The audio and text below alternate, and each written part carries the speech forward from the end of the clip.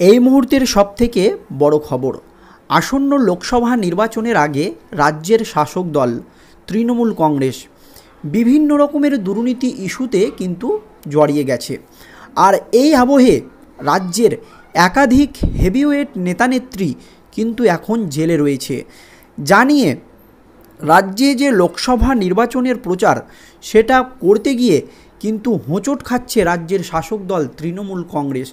আপনারা যদি ভালোভাবে লক্ষ্য করেন, আমি একটা উদাহরণ দিই, তারপরে আমরা আসল প্রতিবেদনে যাব। যে বীরভূম লোকসভা কেন্দ্রে অনুব্রত মণ্ডল যা বলতো এতদিন তাই হতো, আর সেই অনুব্রত মণ্ডলই কিন্তু এখন জেলে রয়েছে। তাহলে বীরভূমের ভোট করাবে কে? আর এগুলো কিন্তু তৃণমূলের একেবারে শিওর সিট, বা এগুলোতে তৃণমূল কিন্তু জয়লাভ করে। আর এই কেন্দ্রগুলো নিয়েই কিন্তু সন্দেহ তৈরি হয়েছে, জিততে পারবে তো এবার বীরভূম রাজ্যের শাসক দল তৃণমূল কংগ্রেস?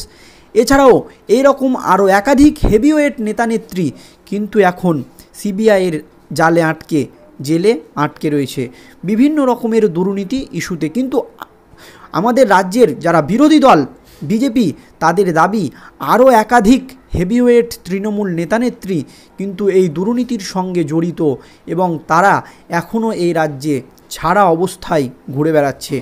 তো আমার মনে হয় দেশের প্রধানমন্ত্রী নরেন্দ্র মোদী এবার তাদের বিরুদ্ধেই কঠিন পদক্ষেপ নিতে চলেছে। আর যা দেখে রাতের ঘুম উড়ে গেছে বিখ্যাত দুর্নীতিবাজ নেতা মন্ত্রীদের।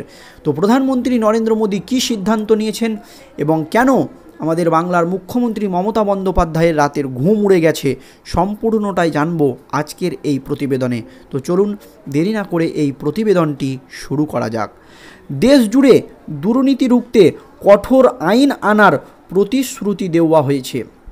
আপনারা দেখুন, একের পর এক রাজনৈতিক দল যখন বিভিন্ন রকমের প্রতিশ্রুতি দিচ্ছে, এই দিব ওই দিব, তখন আমাদের দেশের যে প্রধানমন্ত্রী নরেন্দ্র মোদী, তার ভাবনা চিন্তা কত সুন্দর দেখুন। তিনি বলছেন যে তিনি যদি এবার লোকসভা ভোটে জেতে, তাহলে দেশ জুড়ে দুর্নীতি রুখতে কঠোর আইন আনার প্রতিশ্রুতি দেবেন। আপনারা ন্যায্য প্রার্থী তারা চাকরি পায় না, লোকের প্রাপ্য রেশন তারা পায় না, যারা ন্যায্য পাওনার দাবিদার আবাস যোজনার ঘর তারা কিন্তু পায় না।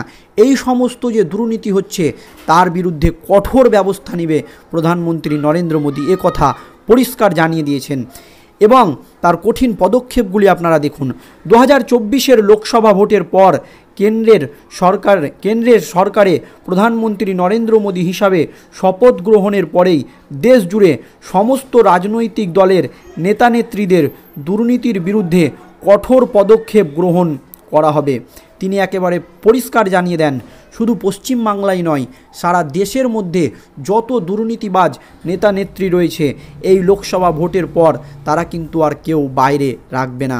আর এতেই কিন্তু ঘুম উড়ে গেছে বড় মাথাদের, তারা কিন্তু কেউ বাইরে থাকবে না, প্রত্যেককেই জেলে ঢুকতে হবে যারা দুর্নীতির সঙ্গে জড়িত।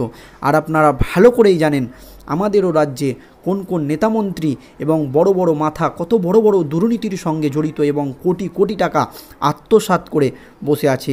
তাই বাংলায় এমনিতেই তৃণমূলের মন্ত্রী নেত্রীদের বাড়ি থেকে কাঁড়ি কাঁড়ি টাকা উদ্ধার হয়েছে, কথা বলেছেন প্রধানমন্ত্রী নরেন্দ্র মোদী। আপনারা দেখেছেন পশ্চিমবাংলার শিক্ষামন্ত্রী পার্থ চট্টোপাধ্যায়, তার বান্ধবীর বাড়ি থেকে কি পরিমাণে টাকা উদ্ধার হয়েছে। এবং সন্দেশখালীর বেতাজ বাদশাহ শেখ শাহজাহান, সে কত কোটি টাকার মালিক। সব দুর্নীতির টাকা, রাজ্যের গরিব মানুষের টাকা, দুস্থ মানুষের টাকা, আর সেগুলোর বিরুদ্ধেই কিন্তু এবার কঠোর পদক্ষেপ নিতে চলেছেন প্রধানমন্ত্রী নরেন্দ্র মোদী। এছাড়াও গরু পাচার মামলায় কত কোটি কোটি টাকা আত্মসাৎ করেছেন তৃণমূলের হেভিওয়েট নেতা অনুব্রত মণ্ডল, সে এবং তার মেয়েও কিন্তু এখন জেলে রয়েছে। তাই এছাড়াও আরও কিন্তু একাধিক নেতামন্ত্রী এই দুর্নীতির সঙ্গে যুক্ত, তাদেরও কিন্তু ছাড় দেওয়া হবে না, কথা পরিষ্কার জানিয়েছেন প্রধানমন্ত্রী নরেন্দ্র মোদী। এছাড়াও আরও তার বক্তব্য, একাধিক মন্ত্রীর বাড়ি বাংলো সহ বহু সম্পত্তি বাজেয়াপ্ত করা হয়েছে। এবার সেই লক্ষ্যে গুরুত্ব দিচ্ছেন প্রধানমন্ত্রী নরেন্দ্র মোদী। আরও কারা কারা এই দুর্নীতির সঙ্গে জড়িত সেই দিকেই কিন্তু গুরুত্ব দিচ্ছেন বেশি নরেন্দ্র মোদী। কারণ দুর্নীতি যদি মুক্ত দেশ না গড়া যায়, তাহলে কিন্তু একটি দেশের বা জাতির কখনোই কিন্তু উন্নতি হতে পারে না, একথা পরিষ্কার জানিয়েছেন নরেন্দ্র মোদী। তাই এবার রাজ্যের একাধিক নেতামন্ত্রীর বিরুদ্ধে কঠোর পদক্ষেপ নিতে চলেছেন প্রধানমন্ত্রী নরেন্দ্র মোদী। একেবারে লোকসভায় আইন পাশ করে তাদের বিরুদ্ধে ব্যবস্থা নেওয়া হবে, এটাই ইস্তাহার প্রকাশ করেছেন মোদী। এছাড়াও তিনি আরও বলেন, দুর্নীতিগ্রস্ত মন্ত্রী নেতাদের বিরুদ্ধে যে পদক্ষেপ করার ক্ষেত্রে পিছু পা হবেন না। তিনি কোনোভাবেই কোনো দুর্নীতিগ্রস্ত নেতা মন্ত্রীদের কে ছাড়বেন না, এ কথা পরিষ্কার জানিয়েছেন। এছাড়াও আরও একটা প্রতিশ্রুতি দিয়েছেন, পাশাপাশি দেশের জনজাতির মানুষের কথা মাথায় রেখে 2025 সালে জনজাতি গৌরব বর্ষ হিসাবে পালন করার প্রতিশ্রুতি দিয়েছে প্রধানমন্ত্রী নরেন্দ্র মোদী। এবং দেশ জুড়ে গরিব মানুষের জন্য বহু জনমুখী প্রকল্প বাস্তবায়িত করেন প্রধানমন্ত্রী নরেন্দ্র মোদী। এদিনের ইস্তাহারে তিনি যেমন দুর্নীতিগ্রস্তদের শেষ করে দেওয়ার বা জেলে ঢুকানোর প্রতিশ্রুতি দিয়েছেন, তেমনভাবে সাধারণ মানুষের জন্য বহু জনমুখী প্রকল্প বাস্তবায়িত করেছেন। কি কি প্রকল্প সেগুলো যদি আপনারা জানতে চান তাহলে আমাকে কমেন্ট বক্সে কমেন্ট করে জানাবেন, আমি জানিয়ে দিব। এই ভিডিওতে সেই প্রকল্পগুলো নিয়ে আলোচনা করলে ভিডিও অনেক লং হয়ে যাবে। তাই এতদিন পর্যন্ত যে সমস্ত প্রকল্প বাস্তবায়িত হয়নি তা আরও একবার ক্ষমতায় বসার পর সর্বসম্মতভাবে দেশের মধ্যে ছড়িয়ে দেওয়ার চেষ্টা করবেন প্রধানমন্ত্রী নরেন্দ্র মোদী, একথা তিনি পরিষ্কার বলেছেন। আর সেই লক্ষ্যেই লোকসভা ভোটে দেশ জুড়ে মানুষের কাছে ভোটের আবেদন জানাতে চলেছেন প্রধানমন্ত্রী নরেন্দ্র মোদী। তিনি বলেছেন যে দেশ জুড়ে সাধারণ মানুষ যেভাবে প্রধানমন্ত্রী নরেন্দ্র মোদী সরকারকে চেয়েছে এতদিন বা আগামী দিনে আবার যদি একবার প্রধানমন্ত্রী নরেন্দ্র মোদীকে সমর্থন করেন তাহলে তিনি দুর্নীতিমুক্ত দেশ ভারতবাসীকে একেবারে উপহার দিবেন এবং দেশের গরিব মানুষের জন্য আরও কি কি জনমুখী প্রকল্প আনা যায় তারও চিন্তাভাবনা করেছেন প্রধানমন্ত্রী নরেন্দ্র মোদী। আর আপনারা দেখেছেন যে দেশকে যদি দুর্নীতিমুক্ত না করা হয় তাহলে কিন্তু কখনোই একটি জাতির যে উন্নয়ন সেটা কিন্তু সম্ভব নয়।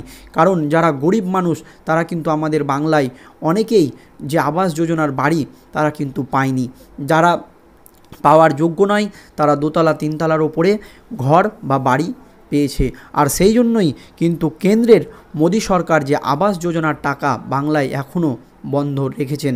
তবে বাংলার সরকার যদি সঠিক হিসেব দেয় বা সঠিক লোককে বাড়ি দেওয়া হয়েছে এইরকম কোনো কাগজপত্র দেখাতে পারে তাহলে হয়তো অবশ্যই প্রধানমন্ত্রী নরেন্দ্র মোদী বাংলার প্রাপ্য টাকা বাংলাকে দিয়ে দেবে এবং দুর্নীতিগ্রস্তদের বিরুদ্ধে ব্যবস্থা